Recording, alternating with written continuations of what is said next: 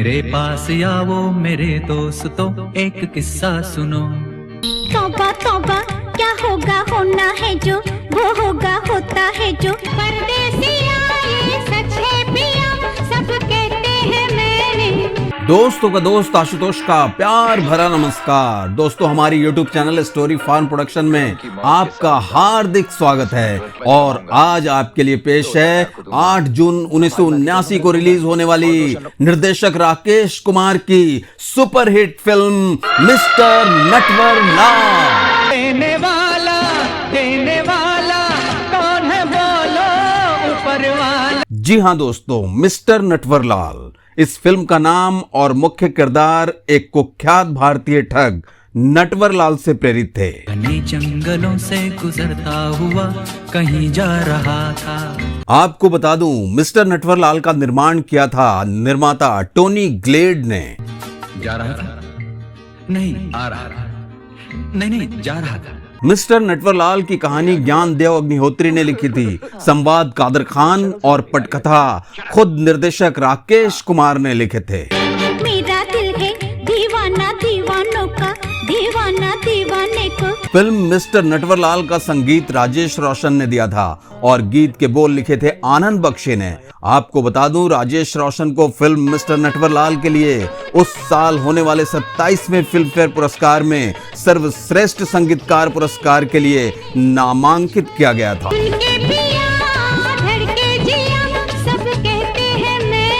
Mister Natwarlal के गीतों को जिन्होंने अपनी मखमली आवाजों से सुमधुर बनाया वो हैं लता मंगेशकर, मोहम्मद रफी, किशोर कुमार, आशा भोसले, उषा मंगेशकर, अनुराधा पौडवाल, अमिताभ बच्चन और मास्टर रवि। मेरे पास आओ मेरे दोस्तों ये गाना बॉलीवुड में अमिताभ बच्चन द्वारा गाया गया पहला गाना था। मेरे पास आओ मेरे दोस्तों, एक किस्सा सुनो। इसके अलावा परदेसिया ये सच है पिया, सब कहते हैं। तुझको दे दिया।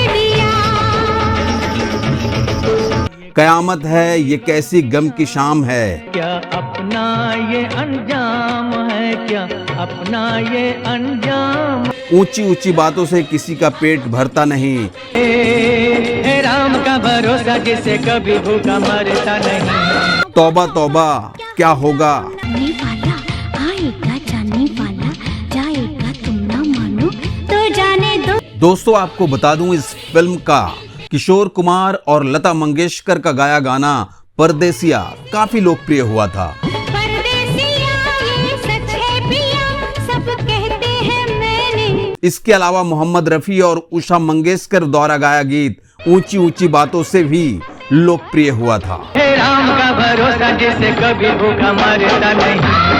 मिस्टर नटवरलाल के मुख्य और सहायक भूमिकाओं को निभाने वाले कलाकारों के बारे में जान लेते हैं। अमिताभ बच्चन, रेखा, अजीत, इंद्राणी मुखर्जी, कादर खान, अमजद खान, सत्यन कपूर, यूनुस परवेज, इफ्तिखार, मूलचंद और गुरबचन सिंह। एक हवा का मैं झोंका दे जाऊंगी, मैं धोखा ऐसा मौका। फिल्म मिस्टर नटवरलाल वर्ष 1979 में सर्वाधिक कमाई करने वाली फिल्मों की फहरिस्त में चौथे स्थान पर रही थी। इसका कुल बजट था तकरीबन 1 करोड़ 40 लाख रुपए और इसने 3 करोड़ 25 लाख रुपए की कमाई की थी। इस तरह से ये फिल्म बॉक्स ऑफिस पर सेमी हिट की कैटेगरी में अपना स्थान सुरक्षित करने में कामयाब रही थी। कहती हूँ तूने मेरा दिल ले लिया। दोस्तों, अगर बात करें इस साल की 3 सर्वाधिक कमाई करने वाली फिल्मों की, तो पहले स्थान पर रही थी फिल्म सुहाग जिसने 5 करोड़ रुपए कमाए और ब्लॉकबस्टर रही। दूसरे स्थान पर रही थी फिल्म जानी दुश्मन। इसने बॉक्स ऑफिस पर 4 करोड़ 50 लाख रुपए की कमाई करते हुए सुपरहिट की कैटेगरी में अपना स्थान बनाने में कामयाब हुई थी। और तीसरे स्थान पर रही थी फिल्म सरगम। इसने 4 करोड़ रुपए कमाए थे और यह भी सुपरहिट रही थी। मेरे घुंघरू बुलाते हैं हाँ। दोस्तों, यहां आपको बता दूं, फिल्म मिस्टर नटवरलाल इसी नाम के एक असली ठग पर आधारित थी।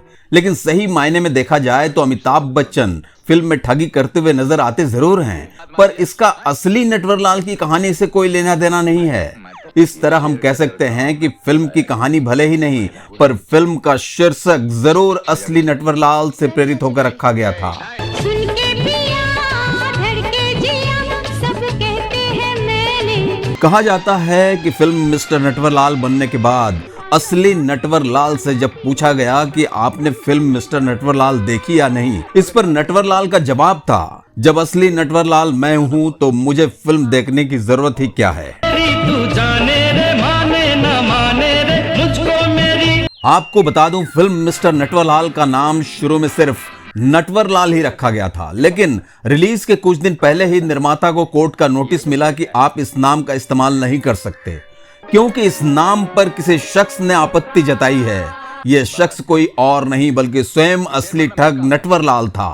खैर, मजबूरन निर्माता को फिल्म का नाम बदलकर मिस्टर नटवरलाल करना पड़ा था। थी अंधेरा मगर सख्त था, कोई 10-10 का बस वक्त था।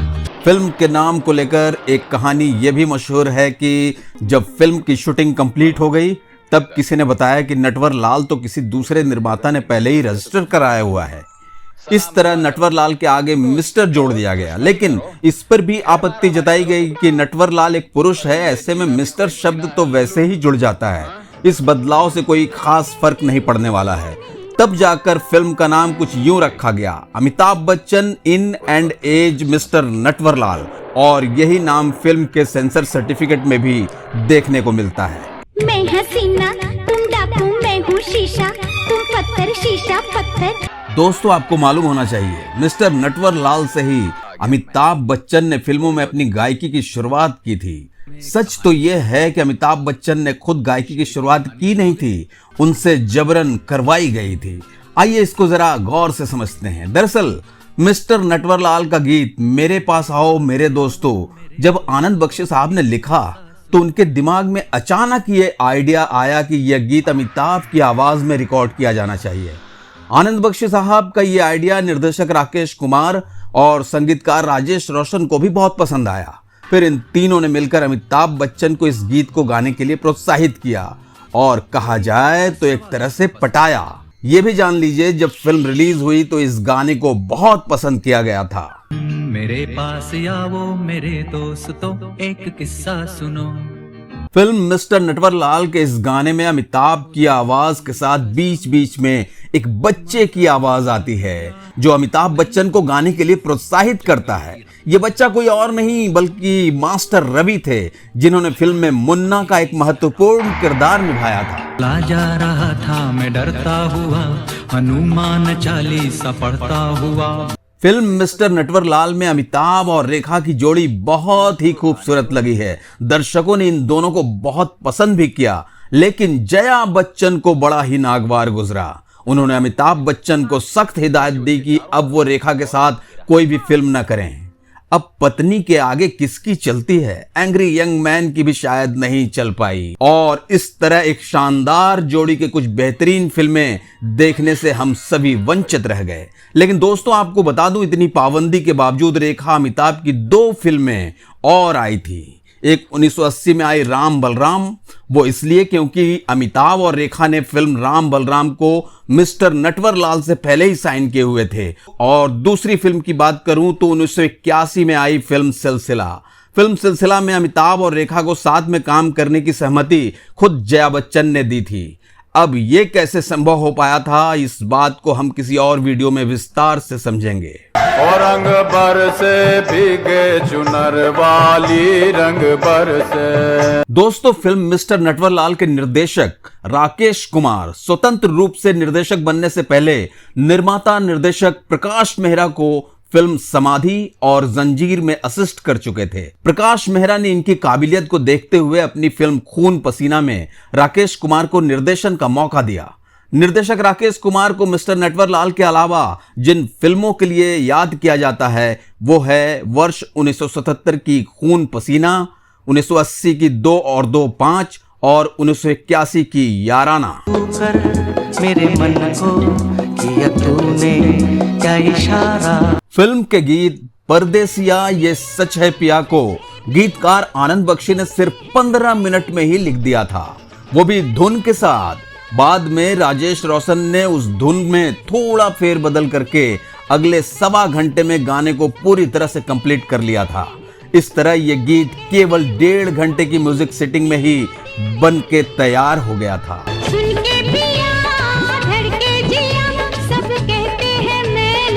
दोस्तों इसी म्यूजिक सेटिंग में फिल्म का एक और गीत मेरे पास आओ मेरे दोस्तों को आनंद बख्शी साहब ने मात्र 10 मिनट में ही लिख दिया था। इस तरह से एक ही सिटिंग में 2 गाने बनाकर आनंद बख्शी साहब और राजेश रोशन ने एक इतिहास ही रच दिया था। ये दोनों गाने उस साल के सबसे लोकप्रिय गीतों में शुमार तो हुए ही थे।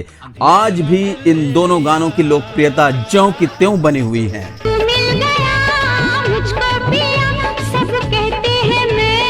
फिल्म के गानों के साथ इसका बैकग्राउंड म्यूजिक भी काफी लोकप्रिय हुआ था।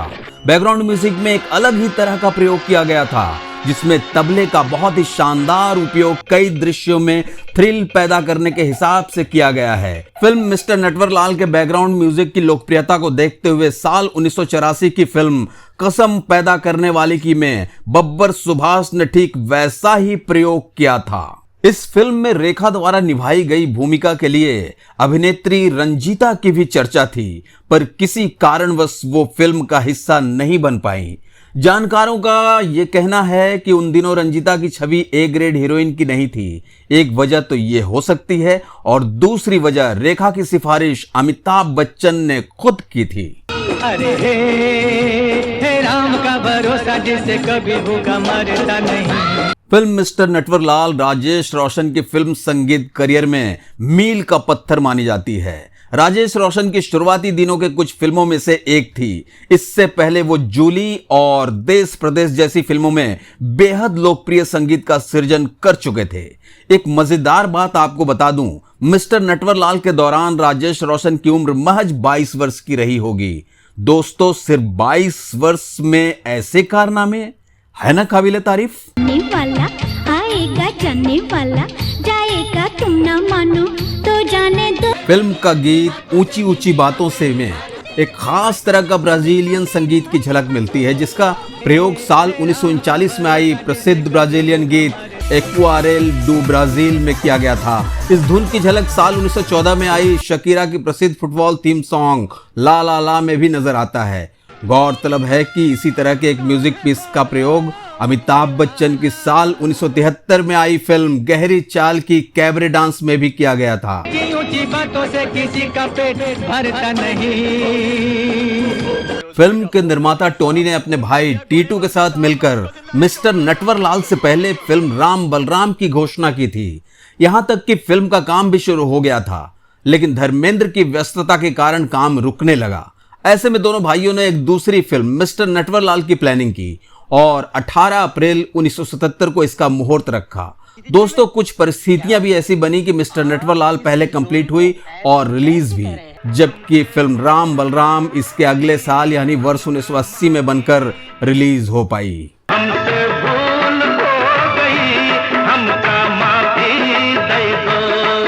फिल्म मिस्टर नटवरलाल के एक सीन में अमिताभ बच्चन को एक बाघ के साथ लड़ते हुए दिखाया गया था। इससे पहले साल 1977 की फिल्म खून पसीना में भी एक ऐसा ही दृश्य देखने को मिला था।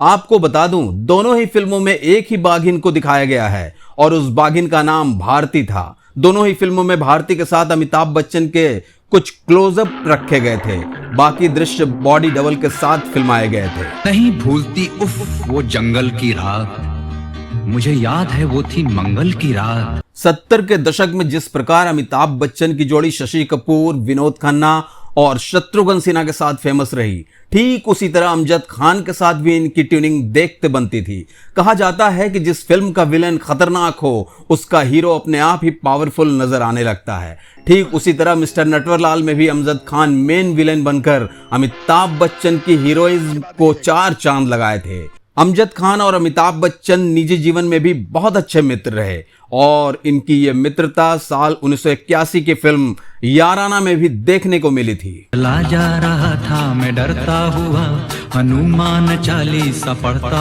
हुआ। फिल्म मिस्टर नटवरलाल में एक और खास बात है और वो है इसकी सिनेमेटोग्राफी, जिसका पूरा श्रेय जाता है फिल्म के सीनियर सिनेमेटोग्राफर फली मिस्त्री को, जिन्होंने मिस्टर नटवरलाल के अलावा अपने कैमरे और लेंस से खेलते हुए एक से बढ़कर एक फिल्में गढ़े हैं, जैसे नील कमल, जॉनी मेरा नाम, हरे रामा हरे कृष्णा इत्यादि।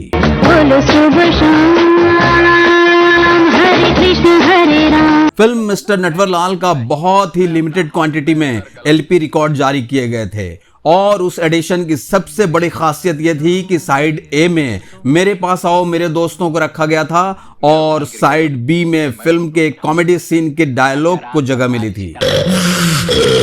कोई खिड़की बन के नजर फिर गई तो बंदूक भी हाथ से गिर गई। फिल्म में अमिताभ बच्चन के बड़े भाई की भूमिका निभाई थी अजीत ने। उन दिनों अजीत जबरदस्त खलनायकी के लिए जाने जाते थे, लेकिन फिल्म मिस्टर नटवरलाल में उन्होंने एक सकारात्मक भूमिका निभाई थी जिसे लोगों ने काफी पसंद किया था। बात करें अगर शूटिंग लोकेशंस की, तो फिल्म की आउटडोर शूटिंग शिमला और जम्मू कश्मीर के कुछ जगहों पर की गई थी और इसकी इंडोर शूटिंग मुंबई यानी बंबई स्थित फिल्म सिटी, फिल्मिस्तान स्टूडियो, महबूब स्टूडियो और RK स्टूडियो में की गई थी। मिस्टर नटवरलाल ने समय समय पर कई फिल्मकारों को ठगी पर आधारित फिल्में बनाने के लिए प्रेरित किया है। इसी क्रम में साल 1914 में इमरान हाशमी स्टारर राजा नटवरलाल भी आई थी। इस फिल्म में इमरान हाशमी एक ठग सरीखे भूमिका निभाते हुए नजर आते हैं। इस फिल्म की कहानी भले ही पुरानी मिस्टर नटवरलाल जैसी न हो, लेकिन फिल्म की आत्मा लाइव वहीं से गई थी। कुछ भी कर ले प्यारे, झूठ न जीते, सच न हारे। साल 1980 में आयोजित 27वें फिल्म फेयर अवार्ड में इस फिल्म के लिए बेस्ट एक्टर और बेस्ट मेल प्लेबैक सिंगर के लिए अमिताभ बच्चन को नॉमिनेशन मिला था। इसके अलावा बेस्ट म्यूजिक डायरेक्टर के लिए राजेश रोशन को भी नॉमिनेशन मिला था। लेकिन इस साल बेस्ट एक्टर का अवार्ड लेकर गए अमोल पालेकर फिल्म गोलमाल के लिए। बेस्ट मेल प्लेबैक सिंगर का अवार्ड फिल्म दादा के गीत दिल के टुकड़े टुकड़े के लिए यशोदास को मिला और बेस्ट म्यूजिक डायरेक्टर का अवार्ड लक्ष्मीकांत प्यारेलाल को मिला था फिल्म सरगम के लिए।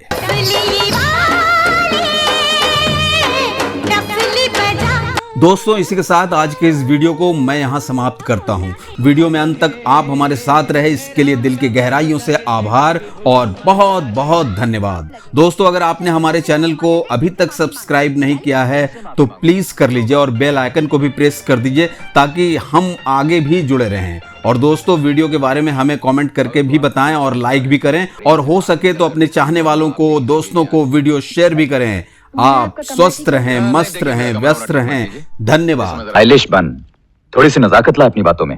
इधर